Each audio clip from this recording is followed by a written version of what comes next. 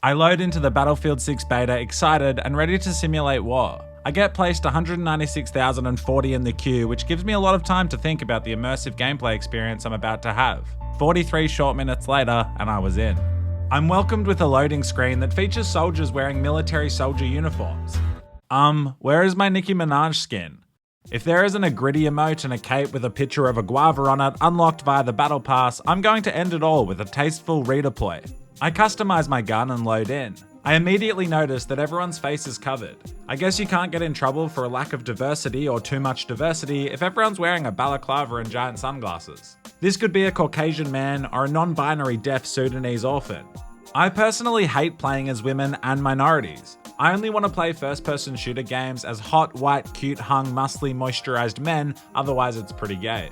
The game begins and I turn around to see my teammates all together. 32 soldiers ready to make memories that will last a lifetime. I run in wondering what my first Battlefield 6 experience will be. I proceed to get gunned down by Meso Lad. I do the logical thing and open the settings menu to tinker with my controls, as the only reason I died was because my ADS sensitivity was set 0.01 too high, not because I was bested. They say a picture tells 1,000 words, and in this instance I agree.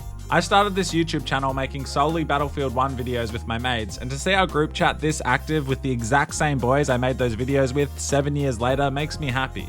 It can be hard to tell with a beta, but I've really been enjoying myself.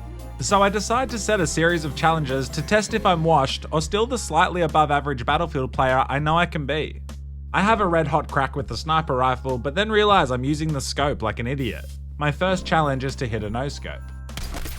Imagine zooming in on people, that's creepy. At least that's what my neighbor said when she spotted me having a squiz through her bathroom window with my binoculars. I never looked through her bathroom window when she was in there, I just thought it was a nice bathroom. God forbid I take creative inspiration from a member of my local community to enhance my design process when I one day remodel my own bathroom. When she caught me in the back garden making out with her husband, that I can't defend. New map, and I rush out ready to hit a clip so devastating that they'll add a new humanitarian law to the Geneva Convention that I'm not allowed to play Xbox. I start popping off no-scopes behind the cover of a yucca plant and then land a hit. I fire again, eliminating my opponent, and complete the challenge with a clean no-scope at a range of approximately 150 meters to 1 meter. My next challenge is to hit a 5-man multi-kill. I decide to use the light machine gun because having a gun with reduced weight will help me move around the map faster. Things start off positive and I manage to string a few kills together, but getting the elusive 5th kill, and if I'm being honest, 4th kill, and if I'm being extra honest, sometimes even the 3rd kill was proving to be quite the challenge. I rack my brain to think how many pentafeeds I've hit in any shooter game ever, and the answer is not that many. The sunk cost fallacy hits me harder than my neighbor with great bathroom taste ever could as I forge forward with the LMG. I try to run and gun to hit a 5-piece, and I try camping in high traffic areas to shoot fish in a barrel. I then realize why I haven't been able to achieve our goal. I'm not bad and these guys are not good. The only reason I've been unable to hit these clips is because I checked the settings and my controller vibration is on. How am I meant to feast when I'm holding a 9.5 Richter scale earthquake in my hot little hands?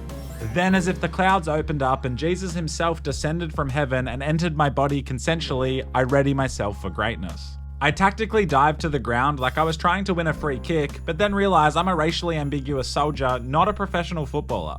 I spray an enemy down and his dumb friend. I search for my third, spotting a dodgy Malacca laying down prone camping. What a cheap tactic. I wait for the 4th guy to appear, but he doesn't, so I lay here prone, tactically locking down this section of the map to ensure my teammates are covered. What a smart tactic. With no one appearing, I eventually make the stunning and brave decision to crawl a few feet and mow down a 4th enemy. Clearly this strategy isn't bringing me remotely close to a true 5-man multi-kill. You could have watched the Lord of the Rings trilogy between the 3rd and the 4th kill in this instance, and I still needed another one. I decide my best shot is to destroy vehicles, which if nothing else is therapeutic. Every time I'm jogging along as an infantry soldier and a tank blasts me, I use the death respawn timer to get up from my chair, get down on my knees, kneel by my bed, and pray everyone in that tank gets uncurable ischemic heart disease.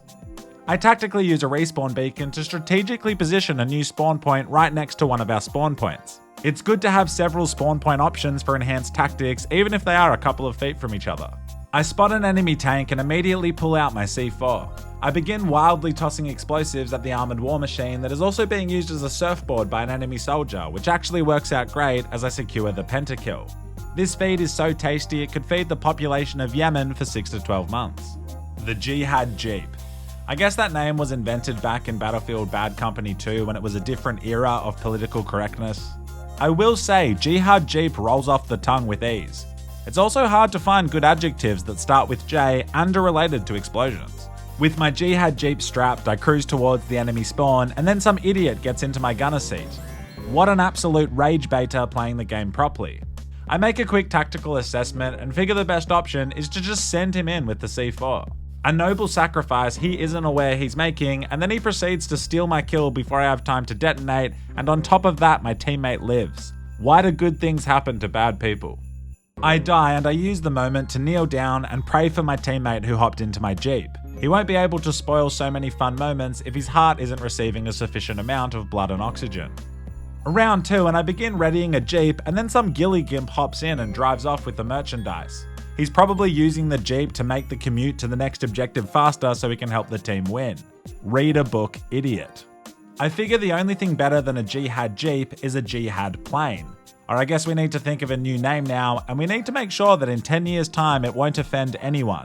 That's why I thought long and hard and took inspiration from the soldier identifying hiding face coverings in the game. The name I came up with is... That's right, just a blank pause. So I jump in my... and realize I can't fly at all and crash into the side of a mountain. I head back to driving cars like a retired chauffeur who mismanaged his finances. I approach a victim and roll the car right at him, but the explosion doesn't kill the fella, it just suppresses him. If 2 pounds of C4 explode next to you, I would expect more than a suppression. At least give the lad some mild tinnitus equal to 2 or 3 damage.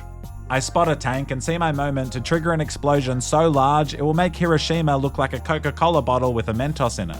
Imagine my surprise when my explosive-packed Jeep that is riding that tank's ass does 25 vehicle damage.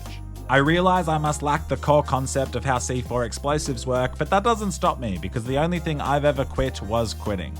Still though, I find that launching a vehicle strapped with explosives at people seems to be the best way to get a suppression assist. I can honestly say the large explosion distracts the enemy, acts as a smoke grenade, suppresses, and intimidates hostiles. It pretty much does everything but inflict any bodily harm whatsoever. I spot a tank and lick my moist lips for another 25 vehicle damage. As I approach the tank and prepare for what could be the best clip I ever hit, the game ends and we win. It is an absolute stomping for us, and I think I know exactly why. Our enemies had no chance as they were constantly suppressed by my exploding Jeeps. A new game, a new map, and a new strategy. No more rolling Jeeps in from a distance, I will just park this car on top of a player if I have to. I don't care if they're camping prone in a loading zone or a disabled car space, I will park my Jeep there. I spot a few big girls hanging out in a courtyard and I bring the Jeep right up nice and close. I detonate my C4 and to my delight I take a couple of enemies down. My next challenge is to do the exact same thing, but this time get a 12-man multi-kill. Nah, I'm kidding, my next challenge is to visit the campers of Battlefield 6. I have nothing against campers, but sometimes you must remind them that nowhere is safe, not even their own spawn. I head to the edge of the map and take a brisk jog to the other side of the valley. I place a spawn beacon deep behind enemy lines and then begin my hunt for the world's most dangerous game. Players still learning the fundamentals. I find a shagger hiding in the rocks, probably fiddling with his ADS sensitivity and blaming it for his poor accuracy. Hiding in the settings menu won't hide you from my C4 explosives, and I send the big fella to camper heaven. For my next target, I wanted to add a little spicy touch, so I place the explosives around him, but don't detonate them just yet. A poor Karma Junkie has no idea he is about to be exploded everywhere. I want to look into his eyes like they were the windows to his soul before I detonate, so I attempt to get his attention. I pop him once with a pistol, and he proceeds to fall off a cliff, which was surprisingly the best evasive action he could have taken, and now I'm stuck here looking silly. I lay down as I recalibrate for a moment, but unlike my father, Karma Junkie returns and nestles back into his favourite spot. See you later, big fella. I advance further into enemy territory and spot a spawn beacon. Naturally, I place explosives around it and patiently wait for someone to appear. I have to wait quite a while, but then someone spawns and it's my buddy Karma Junkie. Sorry Battlefield, this is probably one less pre-order for your game, but that's the price you pay for good, clean Christian fun. It turns out flanking the enemy with spawn beacons is an actual effective tactic, especially for surprising enemy armor. It's almost like the developers designed it to do this. The only thing that will help the team more than me destroying all the tanks is if I run around with the defibrillators seeing how many kills I can get with them. The worst possible thing then happens. I begin playing the medic class the way they intended by helping the boys get back up and giving people the pharmaceutical supplies they need to prosper. Why am I getting immersed so easily? Lock in, big fella. I get back to the real mission and start chasing people around the map. The key issue I face is I must walk with these puppies equipped, and everyone I'm trying to zap has fully automatic weapons due to the military nature of the game. I push into the objective with my hopes high and my pants low. I cop a shotgun to the face, but then manage to zap a big guy, shocking him to death, but he's still not as shocked as I am that this is bloody fun. I have high hopes for Battlefield 6. It was a really enjoyable beta, and seeing all the boys online at once was wholesome. I do want to see some more maps and all that, but so far she's looking pretty promising to me. If you enjoyed this video, hit like. I love you.